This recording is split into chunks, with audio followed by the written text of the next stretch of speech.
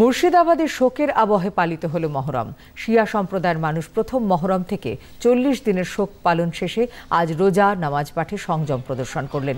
মহরমের দিন পথে বের হলো তাজিয়া, পতাকা প্রতীকী ঘোড়া দুলদুল সহ হোসেনের শিশুপুত্রের শবাধার বই নিয়ে পথ পরিক্রমা করলেন লালবাগের কেল্লা নিজামতের নবাব পরিবারের উত্তরসূরিরা।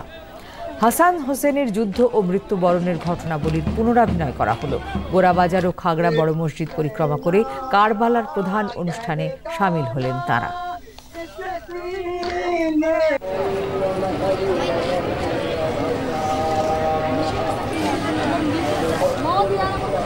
तो आज जो है आखिरी नबी हज़रत आखिरी प्रॉफिट हज़रत मुस्तफ़ा सल्लल्लाहु अलैहि वसल्लम के नवासे इमाम हुसैन अलैहिस्सलाम की शहादत की तारीख़ है, उनकी मृत्यु की तारीख़ है।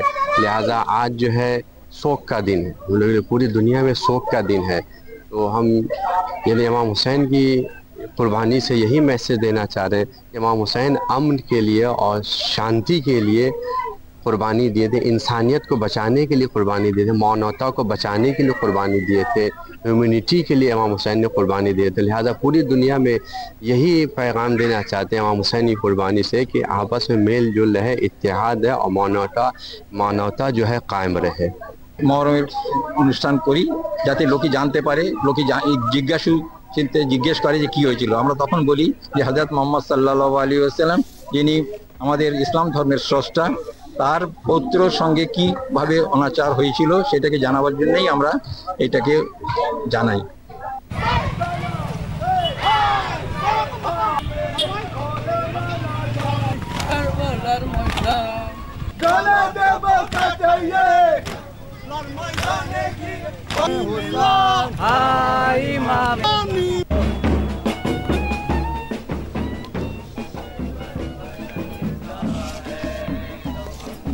মহরম অ্যাকচুয়ালি 9 দিন আগে থেকে আরম্ভ হয়ে গেছিল। ক্যালেন্ডার ছুটি দেখায় যেটা লাস্ট 10 দিন যেটা জুলুস বেড়ায় সেটা মহরম বলে, কিন্তু তার 9 দিন আগে থেকে মহরম আরম্ভ। আমরা গভর্নমেন্টে প্রোগ্রাম করছি, খুব সুস্থভাবে করলাম। এখানকার জনগণ, সাধারণ মানুষ, কালকে সারা রাত আমরা ইমামবাড়ির ভিতরে লোক এসছে বাইরে থেকে অনেক জায়গা, শুধু মুর্শিদাবাদ বলে না, এদিকে মালদা